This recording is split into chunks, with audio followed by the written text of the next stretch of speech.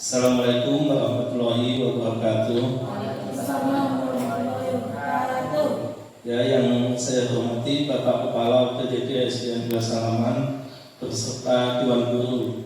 Ya, hari ini kita kumpul di sini dalam rangka diseminasi penerapan budaya positif yang sudah saya lakukan di kelas ya.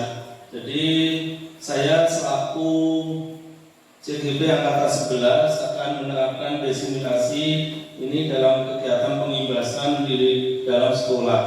Ya, adapun tujuan dari kegiatan diseminasi ini adalah mewujudkan nilai mandiri pada guru. Yang kedua, memahami pembelajaran yang berpihak pada murid. Yang ketiga, menerapkan pembelajaran yang bermakna melalui kolaborasi teman sejawat. Dan yang keempat adalah memiliki persepsi yang sama terhadap pembelajaran. Ya, adapun tujuan dari pendidikan menurut pemahaman Ki Hajar Dewantara adalah bahwa pendidikan yang berdasarkan pada pemikiran Ki Hajar Dewantara, setiap anak memiliki kodrat alam dan kodrat zaman yang berbeda-beda. Juga mengerti arti dari mendidik yang berarti menuntun. Belum sepenuhnya dimaknai secara mendalam oleh para guru. Hal ini tentu berdampak pada tujuan pembelajaran secara khusus, di mana pembelajaran yang ketiga adalah pembelajaran yang beri rasa nyaman, aman, menyenangkan, dan bermakna pada murid. Sehingga kelak apa yang didapatkan oleh mereka akan bisa dipergunakan semestinya dalam kehidupan di masa yang akan datang.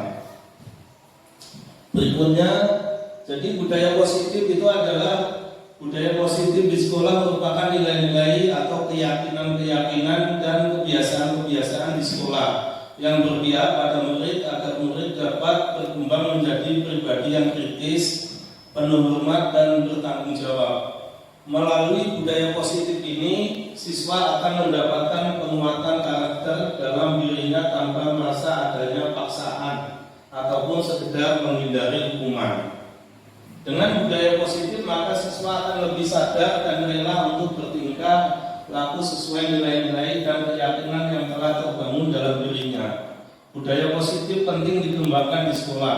Untuk membangun budaya yang positif, sekolah perlu menyediakan lingkungan yang positif, aman dan nyaman, agar murid-murid mampu berpikir, bertindak dan mencipta dengan merdeka, mandiri dan bertanggung jawab. Jadi di sini konsep utama budaya positif yang pertama adalah perubahan paradigma belajar ya. Jadi perubahan paradigma kita belajar di kelas pertama bahwa pendidikan harus berpusat pada murid. Jadi apa yang kita lakukan itu sepenuhnya adalah menghamba pada murid. Ya, yang kedua adanya disiplin positif. Ya, disiplin positif ini mempengaruhi sekali di dalam kelas ya. Yang ketiga adalah kebutuhan dasar manusia. Yang keempat, motivasi perilaku manusia. Dan yang kelima, restitusi atau posisi kontrol guru. Keenam, keyakinan kelas. Dan yang ketujuh adalah segitiga restitusi. Ya, saya lanjut lagi. Jadi perubahan paradigma dalam membangun budaya positif, sekolah perlu menyediakan lingkungan yang positif, yang aman dan nyaman, agar murid-murid mampu berpikir, bertindak, dan mencipta dengan merdeka, mandiri dan bertanggung jawab. Lazimnya disiplin positif tadi dikaitkan dengan kontrol, dalam hal ini kontrol guru dalam menghadapi murid.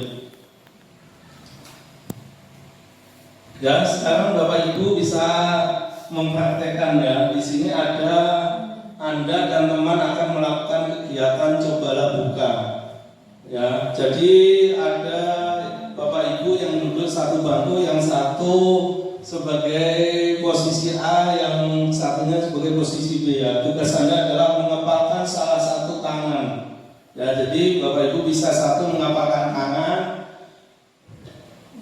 dan membayangkan bahwa Anda menyimpan sesuatu yang berharga di dalam kepalan tangan Anda.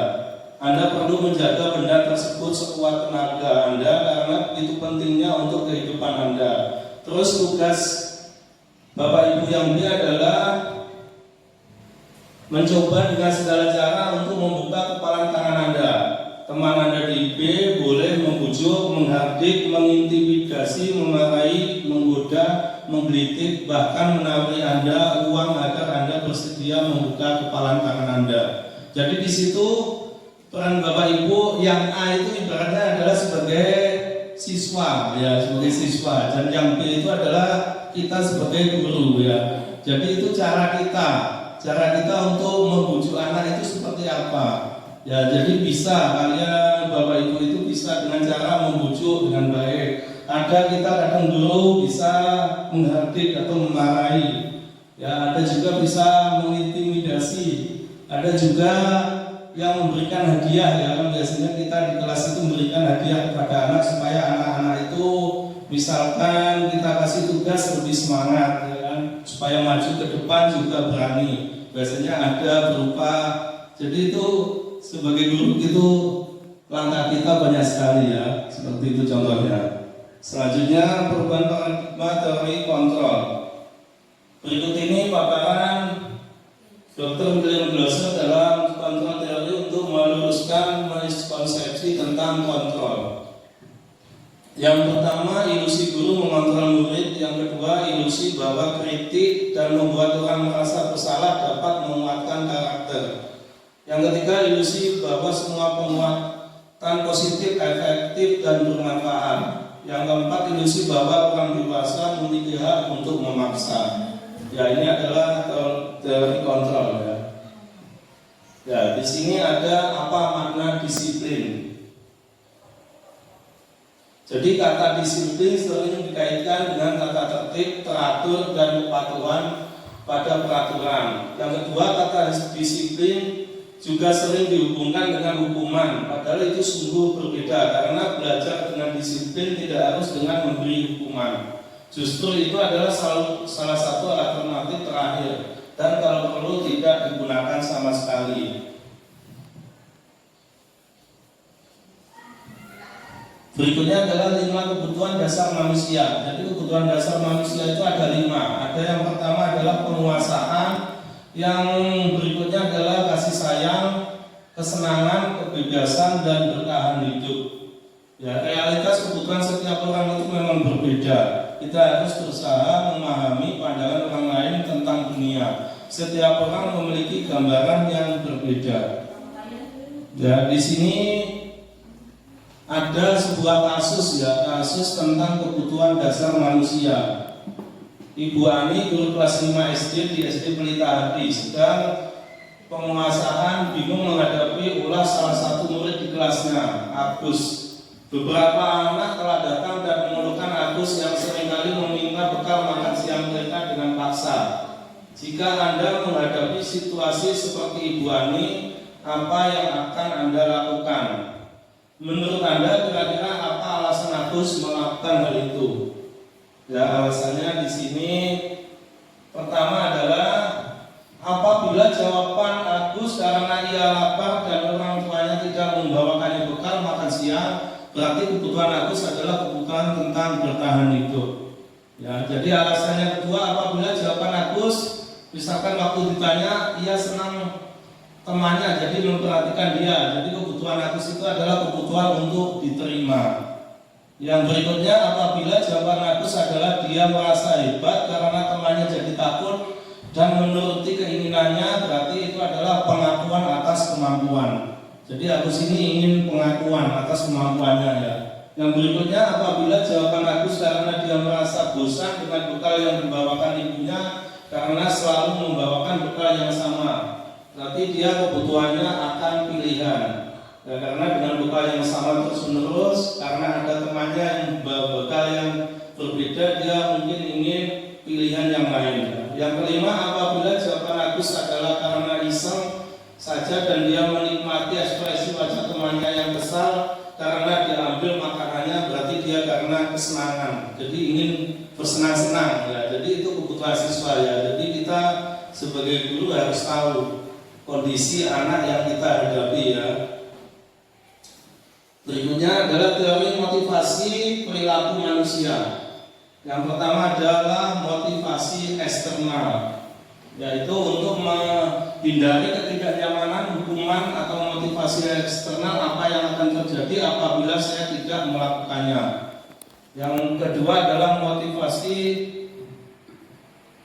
eksternal ya. Motivasi internal ini maksudnya ya, untuk mendapatkan imbalan dari orang dan lain atau institusi. Motivasi internal apa yang akan saya dapatkan apabila saya tujuan disiplin melakukannya.